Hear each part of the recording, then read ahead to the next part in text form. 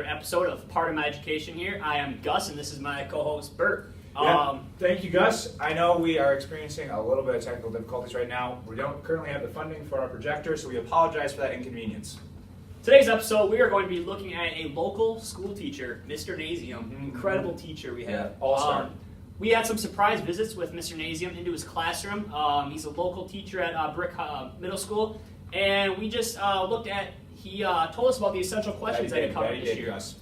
There were 6 essential questions he went through, so let's send it out to Chip out in the classroom, and he'll give us more with Mr. Nasium. Chip?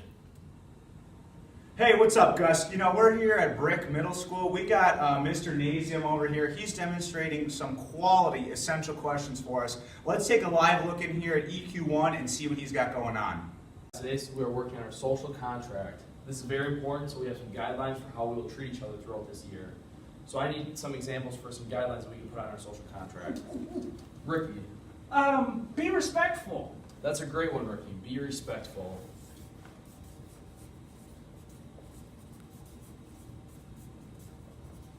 Do we have any more? All right, we're live again here in Brick Middle School. We're going to talk with Mr. Nasium to see just what he was doing in his classroom today with the social contract. So, Mr. Nasium, could you tell me, please, a little bit what you got going on here? Of course. So the social contract helps build a classroom community. So this is just some guidelines that my students will follow throughout the semester, and this lets them know what's expected of them when they come into my classroom. And where did you perhaps learn something like this? I learned about this in ES312 at UWEC. All right. Well, thank you, Mr. Nasium. All right, back to you, Gus and Bert in the studio. Thank you, Chip. Wow, some really powerful stuff out there, Gus. Essential question number 1, what do I contribute to my community? That it is, Bert. You know, that social contract that Mr. Nasium used, absolutely incredible stuff. You know, it just builds that community up in that classroom. And, you know, that's what teaching is all about. Right. So we went back out to Chip on the second day here, and he surprised Mr. Nasium's class. And let's see what Chip has to say today. Hey, thanks, Gus. We're going to take a sneak peek in here, Mr. Nasium's classroom, and we're going to see what he's got going on today.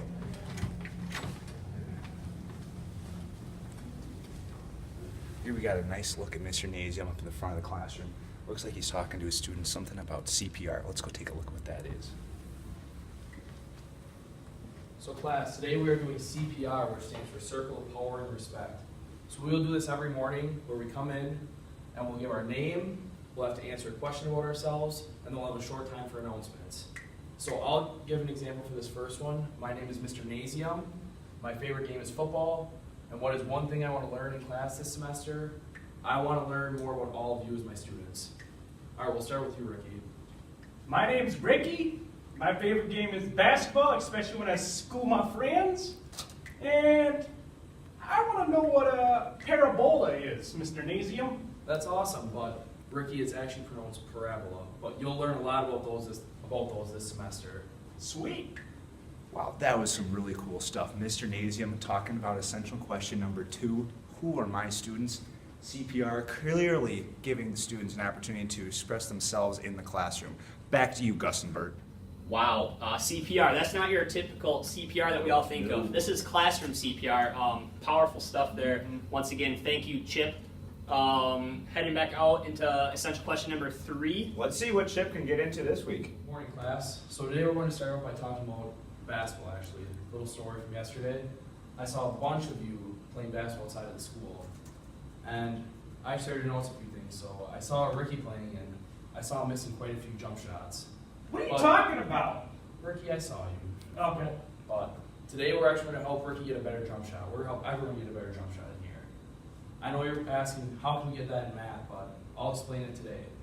There's no way we can do this in math. We'll just 1v1 later. How does that sound? We can, but we'll do this in math too. Whatever. So, what does a jump shot look like, guys and girls? What is that? Just what path does the ball take? Is this a parabola? A parabola, Ricky. A parabola. Yep. So you were right. Good job. So the more we understand about parabolas, the more jump shots we can make, because we can get a better angle at the rim. So the harder we work in here, the more we understand about parabolas, the better basketball players we can become. And that's why this math will improve the quality of your life. Wow. Truly powerful stuff from Mr. Nasium. Essential question number 3, what is worth learning? back to you in the studio. Wow, we didn't even know Chip was in the classroom for I that didn't see day. him. I didn't see him. Wow, essential question number 3, what is worth learning? Yeah, that relevance portion is just huge with kids. I mean, if you make something relevant to them, they're going to want to learn. And that's exactly what Mr. Nasium did. Mr. Nasium. To perfection, I think. Really MVP of Brick Middle School this year. Of course, of course. Let's jump into essential question number 4. And Chip, I think, has got some good stuff for us once again. All right, I'm here in the classroom with Mr. Nasium. You know, Mr. Nasium, I've seen a little bit what you got going on here. How do you plan your learning activities? So I have this unit plan template that I fill out for every unit plan that I create, which will usually last about a month or two. And they follow the steps of inquiry. Okay. So if you want to find any of those steps of inquiry, you can go onto my blog. It's actually gym.nasium.mathteacher.net. Okay. Wow. Yeah, I will have to check that out. So what do you usually do when you plan a lesson? So I follow the 5 E's lesson plan, and you can find that on my blog as well if you want to look at that. Okay. Could you just go briefly what the 5 E's may be? So the first is engage, the second is explore, explain, then elaborate, and then finally evaluate to make sure your lesson's stuck. Okay, wow, that's really good stuff there. Thank you, Mr. Nasium. Back to you guys in the studio. How should learning activities be organized? That is incredible stuff. A lot of dedication by Mr. Nasium there. Preparation, stuff that we didn't even know that included as a teacher. Mr. Nasium being really intentional, it seems, with his lesson plans. All right, let's see what we have for essential question number 5. We're live here in the gym. Let's check out this authentic assessment and see how that parabola is looking.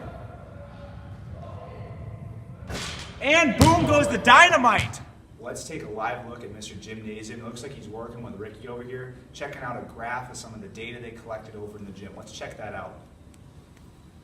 So, Ricky, you stand about 6 feet tall, right? So we'll put that into 6'2". 6'2". All right, well, in meters, that'll be about 2 meters. So if we look at your jump shot here, it follows this parabolic path, and if the basketball hoop is 2 meters away, it'll land in perfect every time if you get this exact parabolic shape. Wow, that is some really cool stuff. Really looking at some data we did in Phy-Ed and math. Back to you, Gus and Bert in the studio. Wonder how many takes that took. Okay, Gus. All right, essential question number 5. How do I know if my students are learning? Yeah, I think they did an awesome job at using authentic assessment here to see if their students were using that information they learned in Mr. Nasium's class with that parabola and that shot.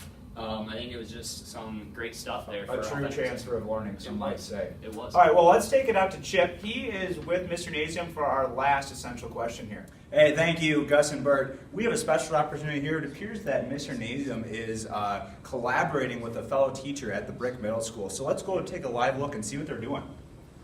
Hey, Mr. Nasium, I hope you don't mind interrupting over here. I'm sorry, what was your name? Mr. Trickle? All right, we have Mr. Nasium and Mr. Trickle over here doing some sort of collaboration. Could you tell me a little bit what you got going on here? Oh, of course. So me and Mr. Trickle are working on an interdisciplinary unit between mathematics and physical education, where students will record data in his class, and then we'll use that data in my class to try and figure some stuff out from the data.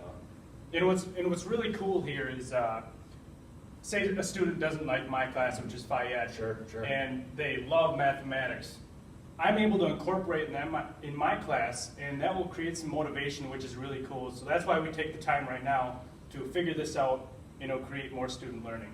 Wow, there you have it. Seeking beneficial solutions, sharing for strive understanding, and wow, just really good collaborative leadership we got going on here. Thank you. Wow, collaborative leadership. A true sign of teamwork between Powerful. Mr. Trickle and Mr. Nasium out in Brick Middle School there. It was. Thank you so much for following today's episode of Part of My Education.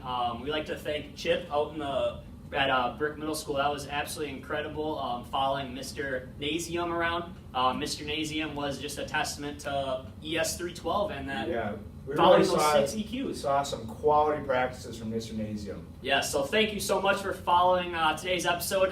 Next week, we're going to have a fun episode. We're going to be talking about physical education. Yeah, not just another gym class. It's not. Thank you. Yeah, thank you.